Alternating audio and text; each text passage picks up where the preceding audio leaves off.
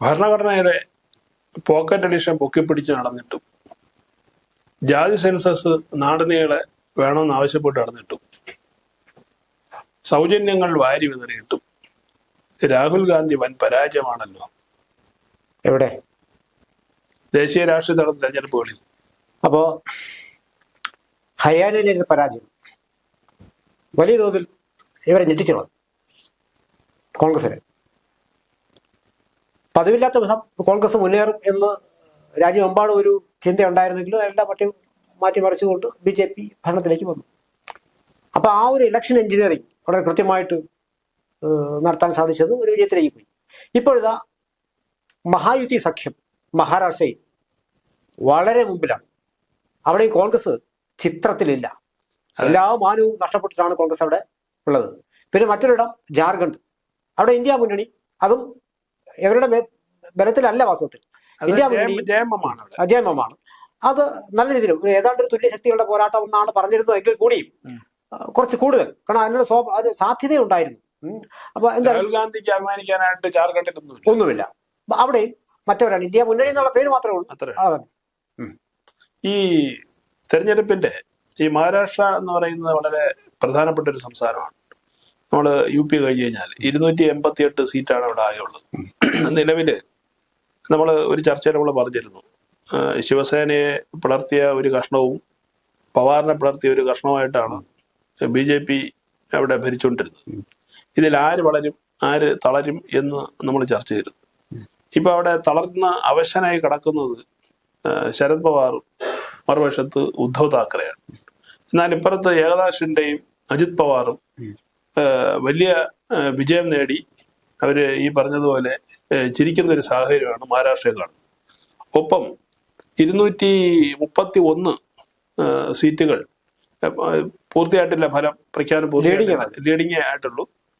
231 സീറ്റുകളിൽ പിന്നെ NDA സഖ്യം മുന്നിലാണ്. 50 സീറ്റുകളിൽ നമ്മുടെ മഹാവികാസ് അഘാഡിയും.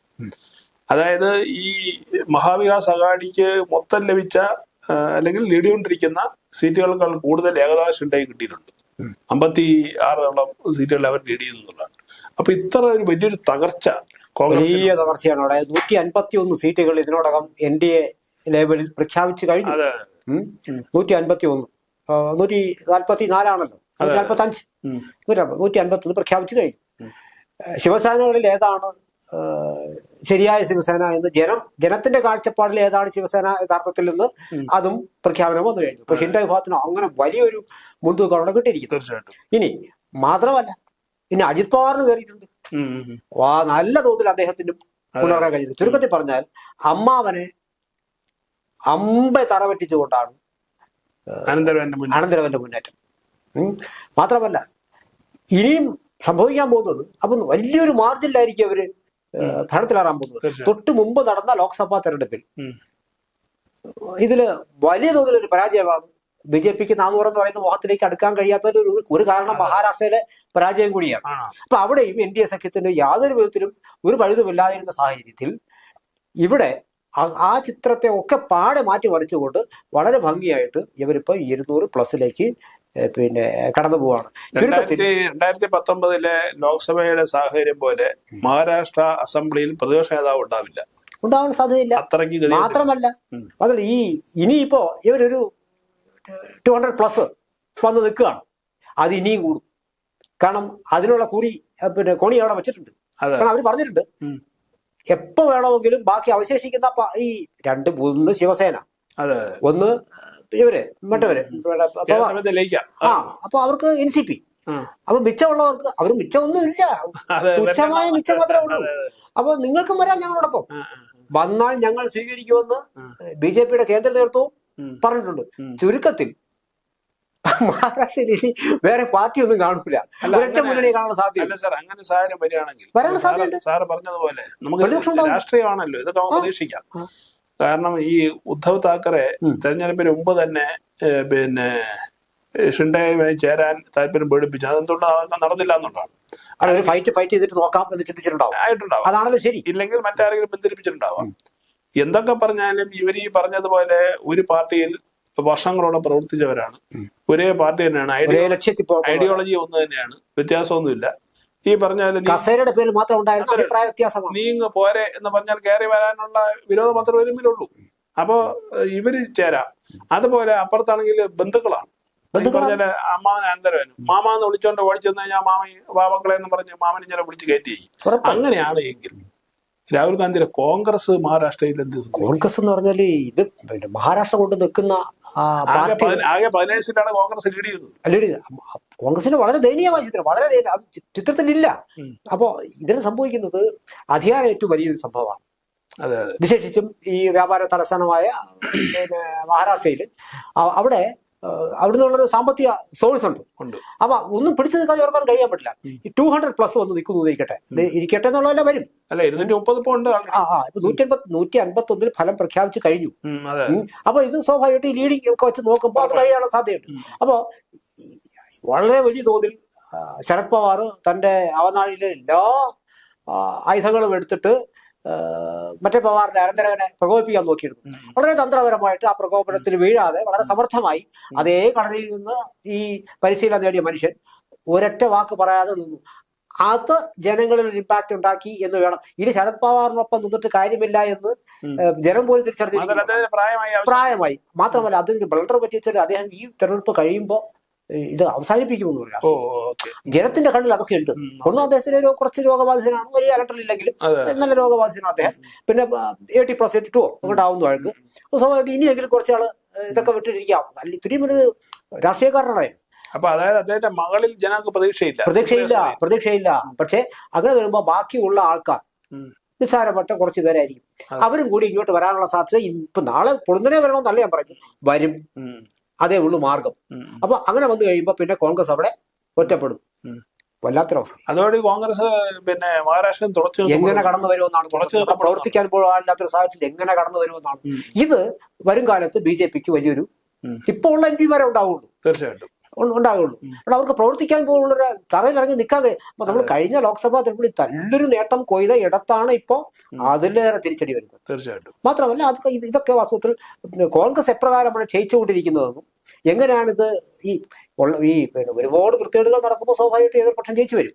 അങ്ങനെയൊക്കെ ഇവർ ജയിച്ചു വന്നതാണ് വാസ്തവത്തിൽ ഇവിടെ അങ്ങനെ സ്ഥിതിവിശേഷം. ഇപ്പോൾ ഈ നരേന്ദ്രമോദിയാണ് ഈ വിജയത്തിന്റെ യഥാർത്ഥ നേരാവകാശി എന്ന് വേണമെങ്കിൽ നമുക്ക് ഒരു പരിധി പറയാം. നരേന്ദ്രമോദി എന്ന് മാത്രം പറഞ്ഞാൽ പോരാ, BJP ഒരു വളരെ പ്ലാൻഡ് ആയിട്ട് അമിത്ഷാ, നരേന്ദ്രമോദി, ഇങ്ങനെ ഫഡ്നാവിസ്, ഇങ്ങനെ ഒരു ഗ്രൂപ്പ്, ഒരു 10 പേരടങ്ങുന്ന ഗ്രൂപ്പാണ് ഇതിന്റെ പിന്നിൽ വളരെ കൃത്യമായി.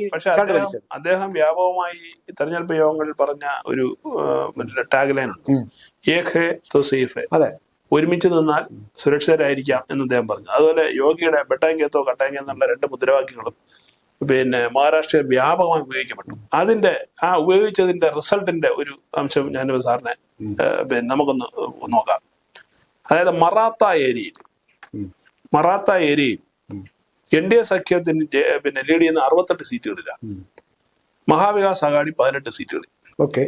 OBC സ്ട്രോങ് ഹോൾഡ് ആയിട്ടുള്ള ഏരിയകളിൽ 61 സീറ്റുകളിൽ പിന്നെ NDA ലീഡ് ചെയ്യുന്നു. 25 സ്ഥലങ്ങളിൽ പിന്നെ MVA. ദളിതുകൾക്ക് കൂടുതൽ സ്വാധീനമുണ്ട്. അവിടെ നമ്മുടെ ഈ ചന്ദ്രശേഖർ ആസാദിന്റെ പാർട്ടി ഓർത്തോണം. അവിടെ 19 സീറ്റുകളിലാണ് ദളിതിന്റെ സ്ട്രോങ് ഹോൾഡിൽ NDA ലീഡ് ചെയ്യുന്നത്. കോൺഗ്രസ് സഖ്യം 10 സ്ഥലങ്ങളിൽ. ഇനി കർഷകർ വ്യാപകമായിട്ടുള്ള അല്ലെങ്കിൽ കർഷകർ വലിയ തോതിൽ വോട്ടേഴ്സായിട്ട് മാറുന്ന മണ്ഡലങ്ങളിൽ 36 സ്ഥലങ്ങളിൽ NDAയും 20 സ്ഥലങ്ങളിൽ MVA ആണ്. സ്ത്രീകൾ കൂടുതൽ വോട്ടേഴ്സ് ആയിട്ടുള്ള മണ്ഡലങ്ങൾ കുറെ ഉണ്ട്. അതിൽ 29 സ്ഥലത്ത് പിന്നെ NDAയും 11 സ്ഥലങ്ങളിൽ പിന്നെ എന്താണ് ഈ മഹാവികാസ് അഘാടിയും. അപ്പോൾ ഏക് ഹേ തോ സേഫ് എന്നുള്ളത് അത് ഏറ്റെടുത്തുള്ളതാണ് ഈ കണക്കുകൾ സൂചിപ്പിക്കുന്നത്. കാരണം എല്ലാ മേഖലകളിലും BJP അനുകൂലമാണ്. അല്ലെ, മഹാരാഷ്ട്രയെ സംബന്ധിച്ചിടത്തോളം ഏതെങ്കിലും ഒരു ഏരിയ അല്ലെ മഹാരാഷ്ട്ര സംസ്ഥാനം മുഴുവൻ ഞങ്ങൾ പ്രബലരാണ് എന്ന് പറയാവുന്ന ഒരു പ്രസ്ഥാനമില്ല. അങ്ങനെ ഇപ്പൊ ഈ അടുത്ത കാലത്തായിട്ട് അങ്ങനെ പറയാവുന്നെങ്കിൽ അത് BJPക്ക് മാത്രമാണ് ഇപ്പൊ സംഭവിച്ചിരിക്കുന്നത്. അപ്പൊ ഇതൊക്കെ ഈ സെഗ്മെന്റ് വൈസ് ആണ് അവരുടെ വിദർഭമെന്ന് കൊങ്കണമെന്ന്. അല്ല, അത് വിഭജിക്കാൻ കഴിഞ്ഞില്ല എന്നുള്ളതാണ് എന്റെ വിജയം. കോൺഗ്രസും മറ്റൊരു രാജ്യത്തിന് വിഭജിക്കാൻ കഴിഞ്ഞില്ല, അവരെല്ലാം ഒറ്റക്കെട്ടായി. അതാണ് ആ മുദ്രാവാക്യത്തിന്റെ പ്രയോജനം. ഈ കണക്കിൽ കൂടെ നമുക്ക് അതാണ് ഉള്ളത്. അത് ഗ്രാസ് റൂട്ടിലേക്ക് ഇത് കുത്തിവെക്കുകയും ചെയ്തു.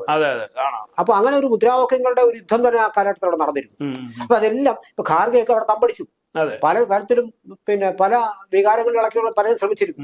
പക്ഷെ അതൊന്നും AC ഇല്ല. ആ AC ഇല്ല. മാത്രമല്ല വല്ലാതെ കണ്ട് ആൾക്കാർ യുണൈറ്റഡ് ആയെന്ന് വേണം ഈ ഒരു വലിയ ഭൂരിപക്ഷത്തിൽ നിന്നും മനസ്സിലാക്കേണ്ടത്. പ്രത്യേകിച്ചും തൊട്ടു മുമ്പ് നടന്ന ലോക്സഭാ തെരഞ്ഞെടുപ്പിലെ ചിത്രം ആകമാനം മാറി മറിയുകയും ചെയ്തു. അതെ അതെ. അതുപോലെ മറ്റൊരു സ്റ്റാറ്റിക്സ്, 65 സീറ്റുകളിൽ BJPയും കോൺഗ്രസും നേരിട്ട് മത്സരിച്ചു. അതെ, 65. അതിൽ 54 സ്ഥലങ്ങളിൽ BJP ലീഡ് ചെയ്യാണ്, കോൺഗ്രസ് കേവലം 11 സ്ഥലങ്ങളിൽ. അത് പിന്നീട് മാറി. ഇത് ഞാനിപ്പോ വായിക്കുന്നത് 5 മണിക്കുള്ള കണക്കാണ്. അത് വീണ്ടും ചേഞ്ച് വന്നിട്ടുണ്ട്. അതുപോലെ 34 സീറ്റുകളിൽ അതെ അത് വരാം. ഈ 34 മണ്ഡലങ്ങളിൽ 2 NCPകൾ, അമ്മാവന്റെയും അനന്തരവന്റെയും. അതില് അനന്തരവൻ 26 സീറ്റുകളിലും അമ്മാവൻ 8 സീറ്റുകളിലും. ഇത്ര ചുരുങ്ങിപ്പോയി എന്നുള്ളത്. ഇത് നേരിട്ട് മത്സരിച്ചാണ്. അതേമാതിരി 51 സീറ്റുകളിലാണ് ഏകനാഥ് ഷിൻഡെയും ഉദ്ധവ് താക്കറെയും നേരിട്ട് മത്സരിച്ചത്. അതിൽ 40 ഏകനാഥ് ഷിൻഡെയും 11 ഉദ്ധവ് താക്കറെയും. അല്ല, ഇത്ര കണ്ട ഒരു പിന്നെ മേൽക്കൈ വരാനുള്ള ഒരു അങ്ങനെ ഉണ്ടായിരുന്നു എന്നുള്ളതാണ്. അത് തീർച്ചയായിട്ടും. കാരണം നേരത്തെ സാർ സൂചിപ്പിച്ചതുപോലെ ഹരിയാന തെരഞ്ഞെടുപ്പിന് ശേഷം ഈ BJPയുടെയും RSSന്റെയും അവർ തമ്മിലുള്ള കെമിസ്ട്രി കുറച്ചുകൂടി സ്ട്രോങ് ആയി എന്നുള്ളതാണ്. കാരണം എവിടെയാണ് തെറ്റുപറ്റിയതെന്ന് BJP തിരിച്ചറിയുകയും അതനുസരിച്ചിട്ട് RSSനോട് കമ്മ്യൂണിക്കേഷൻ നടത്തുകയും ചെയ്യുന്നതിന്റെ ഭാഗമായിട്ടാണ് ഹരിയാനയിൽ അവർ വലിയ തോതിലൊരു പ്രവർത്തനം RSSന്റെ നടത്തിയത്. അതാണ് നമ്മളെല്ലാവരും പ്രതീക്ഷിച്ച വളരെ അത്ഭുതമായൊരു വിജയം ഹരിയാനയിലുണ്ടായത്.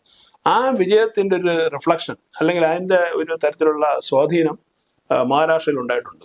പ്രത്യേകിച്ചും ഈ 2 മുദ്രാവാക്യങ്ങൾ. സ്വാധീനം ഉണ്ടായിട്ടുണ്ടെന്ന് പറയുമ്പോൾ തന്നെ അത് അതേ രീതിയിൽ മാത്രമല്ല ഇവിടെ ചെയ്തത്. ഒരു പറ്റം സ്വതന്ത്ര സ്ഥാനം, വിചാരിക്കാത്ത എണ്ണം സ്വതന്ത്ര സ്ഥാനാർത്ഥികളെ കൊണ്ടിറക്കി മത്സരിപ്പിച്ചിട്ട് വോട്ടുകൾ സ്പ്ലിറ്റ് ചെയ്യിപ്പിച്ചിട്ട് അത് സ്വതന്ത്ര സ്ഥാനാർത്ഥികളെ കൊണ്ടുവന്ന BJP ആണോ? അല്ല, ആയിട്ടുണ്ടാവാം, അങ്ങനെ പറയാൻ പറ്റില്ല. പിന്നെ ബാക്കിയാണെന്ന് നമുക്ക് തെളിവൊന്നുമില്ലല്ലോ. പക്ഷെ അവരുടെ ഒരു ആധിക്യം വോട്ടുകൾ തിരിച്ചുകളയും, അതിൽ സാധ്യതയുണ്ട്. അപ്പൊ ഇങ്ങനെ പല പല സംഭവങ്ങൾ ഗ്രൗണ്ടിലേക്ക് ചെയ്തിട്ടുണ്ട്. പിന്നെ അതോടൊപ്പം ഇവരുടെ 1-2 വാഗ്ദാനങ്ങളുണ്ട്. ലാഡ്ലി ബഹൻ യോജന എന്ന് പറയുന്നത് അത് നേരത്തെ തന്നെ ക്ലിക്കായ ഒരു സാധനമായിരുന്നു. അതായത് രാഹുൽ ഗാന്ധി പറയുന്നതല്ല, മാസം 1000 രൂപ വെച്ച് തരാമെന്ന് പറയുന്നൊരു പരിപാടിയല്ലേ ഇത്. അതായത് പെൺകുട്ടികളെ സംരക്ഷിക്കുന്നതിന് വേണ്ടിയിട്ട് അവരുടെ വിദ്യാഭ്യാസത്തിനും അവർ തൊഴിലുറപ്പാക്കുന്നതിന് വേണ്ടി ചെയ്യുന്ന ഒരു പദ്ധതിയായിരുന്നു. അത് അവിടുത്തെ സ്ത്രീകളുടെ ഇടയിൽ വലിയൊരു ഒരു ഹൈപ്പായിട്ട് മാറുകയും അത് ഇത് തെരഞ്ഞെടുപ്പിൽ അതിന് മുമ്പേ തുടങ്ങിയ ഒരു സാധനമാണ്. പക്ഷെ അതിന്റെ തുക വർദ്ധിപ്പിക്കുകയാണ് ഇപ്പൊ ചെയ്തത്. അപ്പൊ ഇത്തരത്തിലുള്ള ചില ജനക്ഷേമ പദ്ധതികളും അവർക്ക് തൊഴിലെടുക്കുന്ന ചില സംവിധാനങ്ങളും കൊണ്ടുവന്നപ്പോഴത്തേക്കും ഈ ഏഹ്യത്തോ സേഫ് ഇത് രണ്ടും കൂടി ചേർന്നപ്പോഴായിരിക്കണം ഒരു പക്ഷേ ഇത് വല്ലാണ്ട് അത് ആൾക്കാരെ ബാധിച്ചിട്ടുണ്ട് എന്നുള്ളത് ഇതിൽ നിന്ന് തന്നെ വ്യക്തമാണ്. ഇനി നമുക്ക് പെട്ടെന്ന് മറ്റേ ജാർഖണ്ഡ് കൂടി ഒന്ന്. അതെ, ജാർഖണ്ഡിലെ ചിത്രം കുറച്ച് വ്യത്യസ്തമാണ്. കാര്യം എക്സിറ്റ് പോളുകളൊക്കെ പറഞ്ഞത് NDAക്ക് ലീഡാണ് അവിടെ പ്രവേശിച്ചത്. പക്ഷെ ഇപ്പൊ ബലാബലം എന്നൊക്കെ പറഞ്ഞില്ല. പക്ഷെ ഇപ്പൊ അവിടുത്തെ ഏറ്റവും ഒടുവിൽ ഉള്ളതെന്ന് പറഞ്ഞാൽ 25 സീറ്റുകളാണ് NDA, മറ്റേ സഖ്യം 55 സീറ്റുകളിലാണ്. പക്ഷെ അവിടെ കോൺഗ്രസ് നാമാത്ര സീറ്റുകളിൽ മത്സരിച്ചിട്ടുള്ളൂ.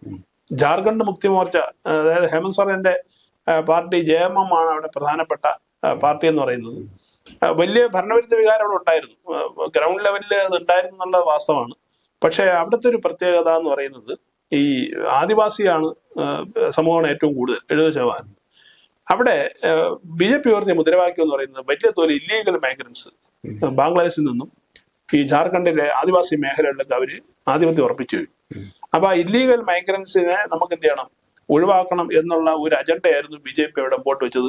അത് കുറിക്ക് കൊണ്ടില്ല എന്നല്ലേ ഏഷ്യയില മാത്രമല്ല, ഇവർ പ്രതീക്ഷിച്ചിരുന്നത് മഹാത്തോ എന്ന് പറയുന്ന 29 വയസ്സുകാരന്റെ ഒരു സ്വാധീനം ഏറി വരും എന്ന് ചിന്തിച്ചിരുന്നു. അതും ശരിക്കിപ്പോ നാളെ റിസൾട്ട് ശരിക്കും ഒന്നുകൂടി വിശകലനം ചെയ്യപ്പോഴേ അറിയാൻ കഴിയുള്ളൂ. അതും ഒന്നും കൊണ്ടില്ല. അപ്പൊ ഇതിനിടയിൽ കൂടി കുറച്ചുകൂടെ ഒക്കെ കടന്നു വരാം. പിന്നെ ചെമ്പായി നമ്മുടെ സോറന്റെ അപ്പൊ അത് മുഖ്യമന്ത്രി സ്ഥാനത്ത് നിന്നും അദ്ദേഹത്തെ മാറ്റുമ്പോൾ ഉണ്ടാകുന്ന സ്വാഭാവികമായ ഒരു സഹതാപം, അതും ഏശിയില്ല. പക്ഷെ അതിനകത്ത് എടുത്തു പറയേണ്ട ഒരു വിഷയം എന്ന് പറയുന്നത് കൽപ്പന സോറൻ.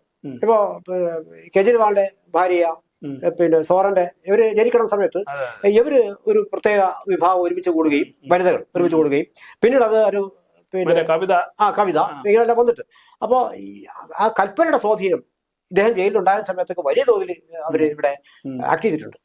അത് സ്ത്രീകളുടെ ഇടയിൽ ഈ കൽപ്പന എന്ന് പറയുന്ന സോറിന്റെ സ്വാധീനം വലിയ തോതിൽ വന്നു. എനിക്ക് തോന്നുന്നു ആ ഒരു സ്വാധീനം ഒരു പക്ഷേ ഇതിൽ ഗുണം ചെയ്തിട്ടുണ്ട്. മാത്രമല്ല, ജാർഖണ്ഡിന്റെ മറ്റൊരു പ്രത്യേകത എന്ന് പറയുന്നത് ഈ BJP ആസാം മുഖ്യമന്ത്രി ഹിമന്ത ബിശ്വ ശർമ്മയ്ക്ക് അവിടെ ചാർജ് കൊടുത്തിട്ടാണ് അവിടുത്തെ നടപടി ഏകോപിപ്പിച്ചത്. അദ്ദേഹം നല്ല രീതിയിൽ അവിടെ വർക്ക് ചെയ്തു. ഇപ്പൊ 25 സീറ്റുകൾ ലീഡ് ചെയ്യുന്നു, ചിലപ്പോൾ വീണ്ടും മാറിയേക്കാം. 25 സീറ്റുകളിൽ ലീഡ് ചെയ്യുന്നു എന്ന് പറയുന്നത് തന്നെ വലിയൊരു കാര്യമാണ്. കാരണം BJP അത്തരത്തിലൊരു ഹോൾഡ് അവിടെ ഇല്ല. ഭാവിയിൽ ഒരു 5 വർഷം കഴിഞ്ഞു കഴിഞ്ഞാൽ പിന്നെ ഹേമന്ത് സോറന്റെ പാർട്ടിക്ക് BJP ഒരു ഭീഷണിയെ മാറില്ലേ? അല്ല, അത് ഉറപ്പാണല്ലോ. അദ്ദേഹത്തിന്റെ ഇപ്പോഴും അങ്ങനെയാണ് പല സംസ്ഥാനങ്ങളും ഇപ്പൊ പിന്നെ പവാറിന് പോലത്തെ സംഭവിച്ചത്. അപ്പൊ ഇങ്ങനെ ഓരോ സംസ്ഥാനങ്ങളിലെയും നമ്മുടെ പ്രാദേശികമായിട്ടുള്ള നേതാക്കളെ എടുത്തു വെച്ചാൽ അവരെല്ലാം ഒരു പ്രത്യേക ഏജ് ലെവലിൽ നിൽക്കുന്ന ആൾക്കാരാണ്. അപ്പൊ ഒരു ദേശീയ പ്രസ്ഥാനവുമായിട്ട് ആ ഒരു ദേശീയ പാർട്ടിയുമായിട്ട് പലപ്പോഴും അവർക്ക് പിടിച്ചിരിക്കാൻ കഴിയില്ല. കാലം കഴിയുമ്പോൾ ഇപ്പൊ നിതീഷ് ആയാലും ശരി, അപ്പൊ അത് ചന്ദ്രബാബു ഒരു പ്രാദേശിക പ്രസ്ഥാനത്തിന്റെ അമരത്തിരിക്കുന്ന ഒരാൾക്ക് അവരുടെ പ്രായാധിക്യം കൊണ്ട് മാറേണ്ടി വരുന്ന സമയത്ത് അവർ 8-10 കൊല്ലത്തിനകത്ത് കൂടെ നിന്നിട്ട് പിന്നെ വിഴുങ്ങും. അപ്പൊ അത് മറ്റെവിടെയെങ്കിലും പോകുമ്പോൾ ഇവിടെ പിടിച്ചെടുക്കും. അപ്പൊ അങ്ങനെ ഒരു സംഭവത്തിൽ ഇതിനകത്ത് ഉറപ്പായും BJP നാളെ കടന്നു വരുന്നുള്ള തർക്കമൊന്നും വേണ്ട. പക്ഷെ ഇപ്പൊ അവർക്ക് ഏതാണ്ട് അവരുടെ പിന്നെ തന്ത്രങ്ങളൊന്നും അവിടെ AC ഇല്ല വലിയ തോതിൽ. ഇപ്പോഴത്തെ നിലയിൽ AC ഇട്ടില്ല. ബലാബലം എന്നൊക്കെ പറഞ്ഞെങ്കിലും അത് കൃത്യമായിട്ട് അങ്ങനെ പോയിട്ടില്ല. എങ്കിൽ പോലും ഇപ്പോഴത്തെ നില വച്ചിട്ട് മറ്റു പ്രശ്നങ്ങളൊന്നുമില്ലാതെ മറ്റവർക്ക് ജാർഖണ്ഡ് മുക്തി മോർച്ചയ്ക്ക് ഭരണത്തിൽ എത്താവുന്നതാണ്. അതായത് ഈ ആദിവാസികളുടെ സംരക്ഷണവും അവരുടെ ഉദ്ധാരണവും ഒക്കെ BJP എപ്പോഴും ഒരു അജണ്ട വയ്ക്കുന്നതാണ്. അത് നമ്മുടെ രാഷ്ട്രപതിയെ ചൂണ്ടിക്കാണിച്ചിട്ടാണ് പറയുന്നത്. നിരവധി ഓർമ്മകൾ കാണിച്ചിട്ടാണ് ആദിവാസി വിഭാഗം, ഗോത്ര വിഭാഗങ്ങളെ ഞങ്ങൾ സംരക്ഷിക്കുമെന്ന് പറയുന്നത്. പക്ഷെ അത് ഒരു പരിധിവരെ ജാർഖണ്ഡിൽ ചിലവത്തിന്റെ കാരണം എന്ന് പറയുന്നത് ജാർഖണ്ഡിലെ വിദ്യാഭ്യാസ നിലവാരം വളരെ താഴെയാണ്. ആദിവാസികളുടെ വിദ്യാഭ്യാസം ഇല്ല എന്ന് തന്നെ പറയാം. അത്യാവശ്യത്തിന് സ്കൂളുകളില്ല, അവിടെയുള്ള ആളുകൾക്ക് വിദ്യാഭ്യാസം കൃത്യമായിട്ട് കിട്ടുന്നില്ല. മാത്രമല്ല, മറ്റൊരു പ്രധാനപ്പെട്ട സംഭവം എന്ന് പറയുന്നത് ഈ ആദിവാസി സമൂഹത്തിനിടയിൽ ഒരു കുഞ്ഞ് ജനിച്ചു കഴിഞ്ഞാൽ ഈ JMMന്റെ പ്രവർത്തകർ ചെന്ന് ആ കുഞ്ഞിന്റെ നെറ്റിയിൽ ഈ ധനുസും ഈ അമ്പം വയ്ക്കും. അതാണ് ചിഹ്നം, അമ്പമില്ലും. ഇത് വച്ചു കഴിഞ്ഞാൽ ഇവര് വിശ്വസിക്കുന്നത് പിന്നെ നമ്മൾ ഇതല്ലാതെ വേറൊരു ചിഹ്നം നമ്മൾ ഇങ്ങനെയുള്ള ഒരു മാഫിയ പരിപാടി കൂടെ അവിടെ നടക്കുന്നുണ്ട്. സോറന്റെ സ്വാധീനം നല്ല തോതിൽ അവിടെ ഉണ്ട്. പെട്ടെന്നൊന്നും അങ്ങനെ ഇളക്കാൻ പറ്റില്ല. ഇതൊക്കെ ഒരു തരത്തിൽ ആളുകളെ ഈ ഇമോഷണലി വഞ്ചിക്കുന്നതാണ്. നമ്മളറിയാതെ നമ്മളെ മറ്റു പലരും വഞ്ചിക്കുന്നത് പോലെയാണ് അതിനകത്ത്. വിദ്യാഭ്യാസമുള്ള ആൾക്കാരും ഇങ്ങനെ പല തരത്തിലുള്ള അടിമത്തം സ്വീകരിച്ചു കൊണ്ടിട്ട് പോകുന്നുണ്ട്. പക്ഷെ എങ്കിൽ പോലും ഈ സോറനിൽ നിന്നും വ്യത്യസ്തനായിക്കൊണ്ട് അദ്ദേഹത്തിലും വലിയ സ്വാധീനം ചെലുത്താവുന്ന ഒരു പൊളിറ്റിക്കൽ ലീഡർ ഇപ്പൊ രാഷ്ട്രപതി കാണിച്ചുകൊണ്ടൊന്നും ചിലപ്പോ അങ്ങനെ നടക്കണം നിർബന്ധമില്ല. കുറച്ചുകൂടെ എഡ്യൂക്കേറ്റഡ് ആണെങ്കിൽ ചിലപ്പോ അല്ലെങ്കിൽ നടക്കില്ല. സ്വാഭാവികമായിട്ടും അങ്ങനത്തെ ഏറെ നാളുകളായി തങ്ങളിൽ നിന്ന് തന്നെ ഒരാളിലുള്ള ആളിന്റെ സ്വാധീനം അവരുടെ ഇടയിൽ തന്നെ ഉള്ള സ്ഥിതിക്ക് വളരെ പെട്ടെന്ന് അവർക്ക് മാറാൻ, പ്രത്യേകിച്ചും കൽപ്പന സ്വാധീനം കൃത്യമായിട്ട് ആ ഇദ്ദേഹത്തിന്റെ ഗ്യാപ്പിൽ സുന്ദരമായി പണിയെടുത്തിരുന്നു. അതിനൊക്കെ കൂടി തന്നെയുള്ള മറ്റേ പുതിയ രാഷ്ട്രീയ പ്രസ്ഥാനമാണ് 29 പയ്യൻ കൊണ്ടുവന്നത്. പക്ഷെ അതിന് സോഷ്യൽ മീഡിയ വഴി വലിയ ഹൈപ്പ് കിട്ടുന്നുണ്ട്. പക്ഷെ അതൊന്നും താഴെ തട്ടിലേക്ക് വന്നിട്ടില്ല. പിന്നെ ഉദ്ദേശ ഫലങ്ങളും കിട്ടിയിരുന്നില്ല. സഹതാവ് മറ്റേ ഇപ്പോഴത്തെ ചെമ്പൈക്ക് കിട്ടിയതുമില്ല. അങ്ങനെയാണ് നമ്മുടെ ഇത് മുന്നോട്ട് വരുന്നത്. അവിടെ അതിനെ ഭാവിയിൽ പിന്നെ BJPക്ക് ഒരു സ്കോപ്പുള്ള സ്ഥലമാണ് ജാർഖണ്ഡ് എന്ന് ഈ തെരഞ്ഞെടുപ്പ് പോലെ എന്തായാലും വ്യക്തമാക്കുന്നു. അല്ല, അതുപോലെ തന്നെ നമുക്ക് ഒന്നുകൂടി പറഞ്ഞ് നമുക്ക് അവസാനിപ്പിക്കാം. പിന്നെ ഇതേപോലെ തന്നെ ഉത്തർപ്രദേശിലും മറ്റു ചില സ്ഥലങ്ങളിൽ കൂടി നടന്നിരുന്നു. ഉത്തർപ്രദേശിലും നടന്നിടത്തെല്ലാം തന്നെയാണ് അവിടെ എല്ലാം പിന്നെ യോഗിക്ക് പിന്നെ ഗുണം തന്നെയാണ്. ഒരു +1 സീറ്റ് പിടിച്ചതാണ് കിട്ടിയിട്ടുണ്ട്. ബീഹാറിലെ 4 സീറ്റ് കിട്ടിയിട്ടുണ്ട്. അപ്പൊ അങ്ങനെയുള്ളൂ. അത് ഇത് തെരഞ്ഞെടുപ്പ് എന്ന് പറയുമ്പോൾ ഇതെല്ലാം കൂടി ചേർന്ന് പറയേണ്ടതാണ്. അവിടെ വലിയ അട്ടിമറികൾ ഇല്ലാതെ നടന്നു പോയ ഒരു തെരഞ്ഞെടുപ്പാണ്. കേരളത്തിൽ മാത്രമാണ് ഇങ്ങനൊരു വിഷയം. പാർലമെന്റിൽ ഇപ്പൊ അതിന്റെ ഒരു കൃത്യമായ റിഫ്ലക്ഷൻ വരും. കാരണം മഹാരാഷ്ട്ര എന്ന് പറയുന്നത് എത്രയോ രാജ്യസഭ MPമാരെ പിന്നെ സംസ്ഥാനം വരും. അപ്പോ രാജ്യസഭയിൽ ഇവർക്ക് കൂടുതൽ കരുത്ത്, NDAക്ക് കൂടുതൽ കരുത്ത് നൽകുന്നതാണ് ഈ തെരഞ്ഞെടുപ്പ് ഫലങ്ങൾ എന്നും കൂടി നമ്മൾ കാണണ്ടേ. പ്രതീക്ഷിച്ച ഒരു എണ്ണം BJPക്ക് ലോക്സഭയിൽ കിട്ടാതെ പോയി. അതുകൊണ്ട് പലതും മാറ്റിവെക്കേണ്ടി വന്നു. രാജ്യസഭയിൽ ഒരു ഘട്ടത്തിൽ രണ്ടിടത്തും ഒരേപോലെ ഭൂരിപക്ഷം എന്ന് പറയുന്ന ഒരു ബില്ല് പാസാക്കിയെടുക്കാനുള്ള ഭൂരിപക്ഷത്തിലേക്ക് രാജ്യത്ത് BJP നടന്നു പോകുന്ന എത്തിപ്പെട്ടു എന്ന് ചിന്തിച്ചിരുന്ന സമയത്താണ് ലോക്സഭയുടെ വലിയ തിരിച്ചടി. ഇപ്പോ ഇവിടുത്തെ ഈ വിജയവും കൂടി കണക്ക് കൂട്ടുമ്പോൾ ഇത് പിന്നെ BJPക്ക് രാജ്യസഭയിലേക്ക് വലിയ ഒരു എണ്ണം സംഭവിക്കാനുള്ള സാധ്യതയുണ്ട്. ആ അലയൻസിന് BJPക്ക് എന്നുള്ളതല്ല, NDA മുന്നണിക്ക്. ഇപ്പൊ 2020 ജനുവരിയിൽ ഡൽഹി ഇലക്ഷൻ വരികയാണ്. അവിടുത്തെ അസംബ്ലി തെരഞ്ഞെടുപ്പ് വരികയാണ്. അവിടെ ചില പ്രശ്നങ്ങൾ ഓൾറെഡി സംഭവിച്ചു കഴിഞ്ഞു. അപ്പം ഇനിയിപ്പോ അടുത്തത് BJPയുടെ ശ്രദ്ധ മൊത്തം അവിടെ കേജ്രിവാളിനെ തകർക്കുക എന്നുള്ളതിലേക്കായിരിക്കും ഇനിയിപ്പോ അവർ ശ്രദ്ധ കേന്ദ്രീകരിക്കാൻ പോകുന്നത്. അത്ര എളുപ്പം അല്ലെങ്കിൽ കൂടിയും അതാണ് അതിന്റെ ഒരു ലക്ഷ്യം. അതായിരിക്കാം. എന്തായാലും ഇതൊക്കെയാണ് ഇപ്പോ ഈ ഉപതെരഞ്ഞെടുപ്പുകളുടെ ദേശീയ തലത്തിലുള്ള ഒരു പ്രതിഫലനം. അത് നാളെ കൂടി ആവുമ്പോഴേ പിക്ചർ ക്ലിയർ ആണ്.